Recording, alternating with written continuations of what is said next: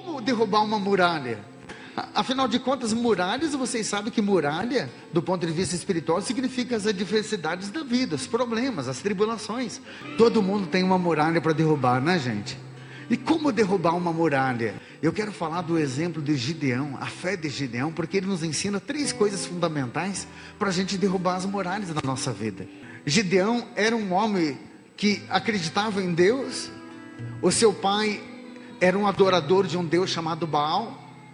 Mas Gideão sempre foi fiel.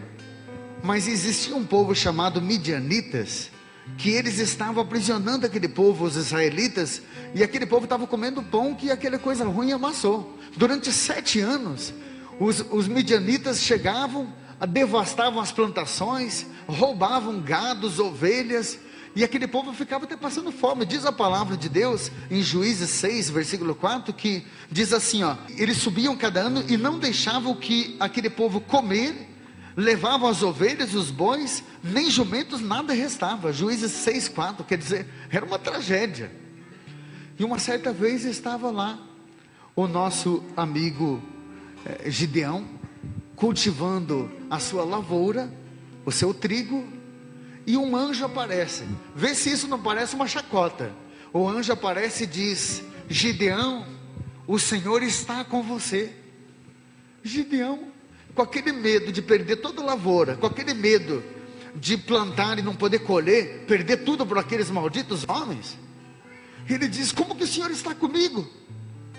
O Senhor está comigo. O Senhor entregou esse povo todo para os midianitas. A gente está perdendo tudo, e agora você vem dizer que o Senhor está comigo. Mas aí Deus diz para ele algo fundamental, que é a primeira característica que nós devemos ter para vencer as nossas muralhas. Preste atenção. Diante de toda aquela revolta, o próprio Deus diz para ele: a tua revolta é a tua força. Nessa tua força salvarás Israel das mãos dos midianitas. Eu te enviarei. Juízes 6, 14. O Senhor está dizendo que ele tinha uma força com ele. E qual era a força? Era a revolta dele. Ele estava revoltado. Porque a revolta é a primeira característica, é o primeiro mecanismo de defesa para a gente dizer: eu preciso sair dessa. Gideão estava revoltado. E o Senhor disse: a tua revolta, Gideão, vai ser a tua força. Chega, eu não aguento mais. Talvez a tua revolta é tão grande que você está até desistindo. Você sabe que espiritualmente você não está nada bem, e você já diz assim: poxa, eu já desisti. Poxa, Senhor, parece que quanto mais eu rezo, mais assombração me aparece. Hein, mãe? Aquele filho que não vem para a igreja, talvez você diz: quanto mais eu falo, pior está ficando. Então, louvado seja Deus por essa revolta. Chegou a hora dessa muralha começar a cair, porque o Senhor vai dizer para você a mesma coisa que disse para Gideão: a tua revolta vai ser a tua força. Quem crê nisso, diga comigo: eu creio, Senhor. Mas aumente a minha fé. Sabe, gente, a primeira característica que nós precisamos ter é de fato essa: nós precisamos nos revoltar com o pecado, com as perseguições, com aquilo que não está legal. Talvez faz tempo que você não se revolta, hein? Faz tempo que você não fala verdadeiramente com Deus, né? Aquela oração tua, pelo amor de Deus, filho. Tem gente que quando vai rezar à noite, parece que aquela panela de pressão, quando está começando a pegar pressão, que ele reza assim: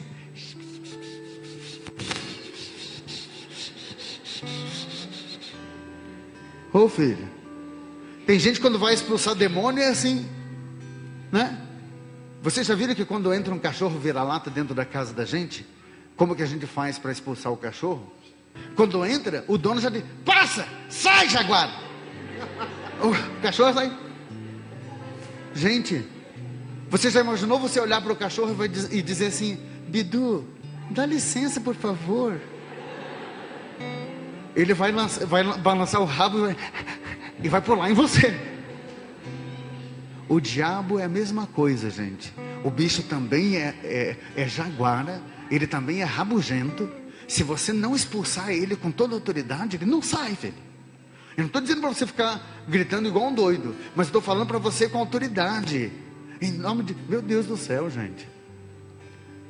Precisamos rezar com mais autoridade. Se for preciso, se revolte mesmo com os teus problemas. Mas sai daí, filho. Sai dessa.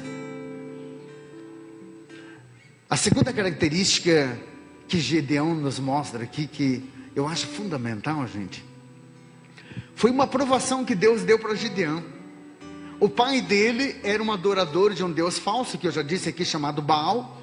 Agora, Deus diz para Gideão assim: você vai pegar o melhor boi do teu pai. O pai dele que já estava vivendo numa pobreza. Você vai pegar o melhor boi dele e você vai matar esse boi. E você vai preparar um holocausto, um sacrifício. Só que não para Baal. Você vai preparar para mim, para o teu Deus verdadeiro. E aí ele balançou. Como que eu vou fazer isso com meu pai? Como que eu vou matar o melhor boi do meu pai? É a carninha que ele tem para garantir o futuro dele. E Deus diz: faz, mate o boi, e ainda derrube aquela imagem de Baal lá que tem no lugar de holocausto lá, do sacrifício. Derruba a imagem. Mas Deus mandou e ele fez. Destruiu a imagem, matou o boi, e a fumaça foi oferecida para Deus. A segunda coisa que nós aprendemos com isso, olha aqui para mim.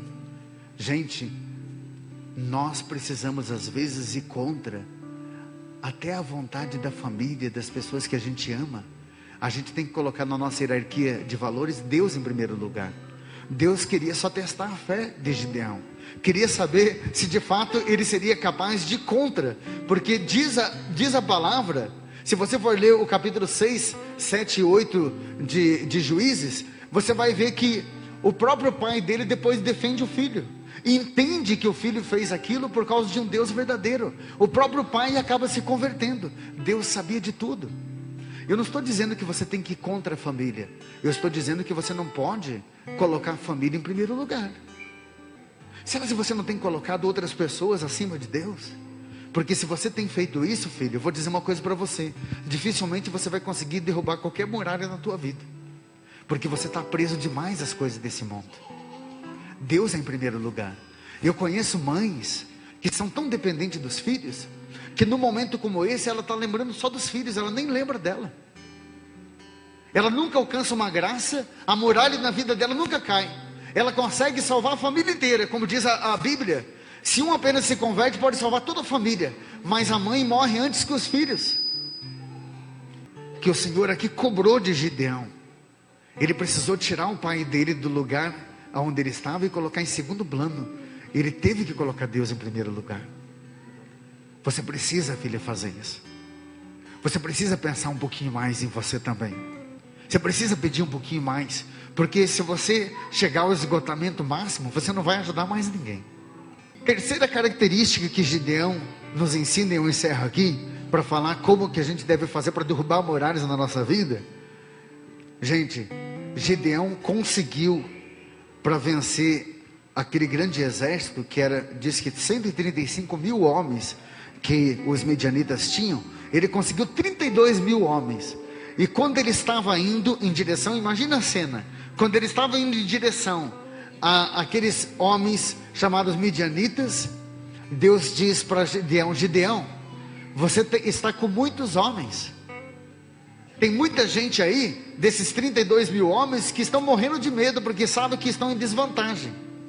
Eu quero que você despeça todos aqueles que estão com medo, mande embora, fique só com aqueles que estão de fato com coragem para lutar. Quando Gideão perguntou para aqueles homens: quem aqui está com medo de lutar? Levante a mão. Diz que quase 20 mil. Ele dispensou todos.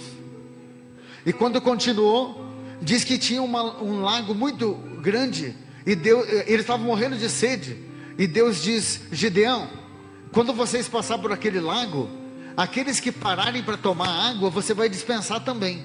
É só os que passarem pelo lago sem tomar água que vão lutar com você. Ele pensou: estou perdido. Diz que só 300 homens passaram sem tomar água, os outros todos pararam para beber. Ele dispensou também. Ele disse: Senhor, o que eu vou fazer com 300 homens para lutar com quase 30 mil? E Deus disse para ele: creia em mim, creia no impossível. Se você for ler A gente não tem muito tempo, mas se eu vou ler o capítulo 7 de Juízes, você vai ver, gente, que o que Deus nos pede também aqui, a exemplo desse grande homem de Deus, Gideão, é que nós devemos acreditar no impossível. Porque quem vai fazer a obra não é você, é Deus. Pergunte para mim se Gideão venceu a guerra. Venceu, com apenas 300 homens que sobrou para ele. Venceu aquele tanto de homem que, segundo a palavra de Deus, eram 135 mil com 300. Diz que cada um pegou um trompete, e quando chegaram, todos começaram a trocar trompete, aqueles trompetes, e começaram a fazer um escândalo. Acharam que tinha mais gente, pois aqueles midianitas saíram correndo de medo, achando que Gideão chegou com um exército gigante. Deus realiza o impossível. Põe a mão no teu coração, deixa eu rezar um pouquinho por você. Eu sei que o Senhor está falando com esse povo, Senhor. Eu sei que o Senhor está enchendo esse coração de esperança. Eu sei que o Senhor está dizendo: vai, filho, você vai vencer. Eu quero pedir, Senhor, para que esse teu filho possa voltar a ser aquela pessoa que ele já foi, para que essa tua filha possa vencer, para que ele não dependa mais de ninguém para ser feliz, que dependa só de ti, Senhor. Senhor, eu peço para que o Senhor possa resgatar essa fé, cultivar essa fé, e com ele, Senhor, derrubar todas as muralhas que tem nessa vida. Exemplo de Gideão eu peço. Diga aí bem baixinho, só para ele te ouvir: obrigado, Senhor. Obrigado, Jesus.